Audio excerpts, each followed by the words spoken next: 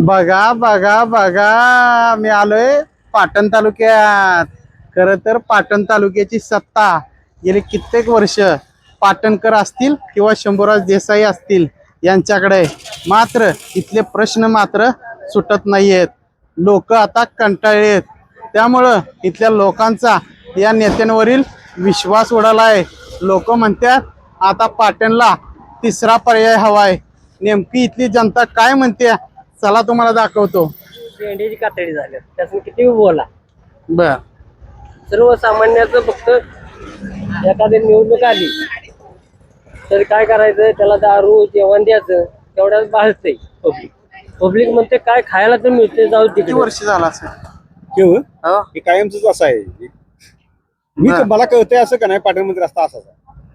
बदल काहीच नाही. काही बदल नाही, कोणी आला तरी पण हे असंच आहे, खड्डाच आहे. अरे बाप, दुसराच कोणते तिसराच या पाहिजे, त्याशिवाय पर्याय नाही. त्याशिवाय पर्याय नाही. आता हे बी 15 वर्ष हे बी काय केलं नाही, ते होता 15-20 वर्ष त्यानं बी काय केलं. तर इथे गेला नाही ते 500 मीटर हा. तर तुम्ही पुढे जाणार ना, अशी अवस्था. होय. हो, लय बेकार अवस्था. याचा आवाज याला कोण द्यायचं, काय करणार आहे? त्याला कोणतरी जिम्मेदार असेलच का?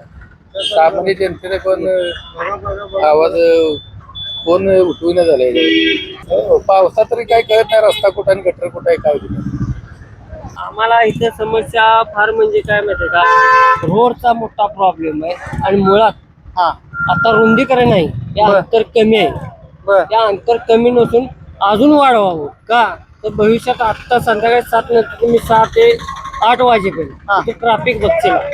अशा हा. पद्धतीने काय काय चाललंय. त्याला एक तर रोजगार नाही, बर. मोठा प्रॉब्लेम आहे रोजगाराचा.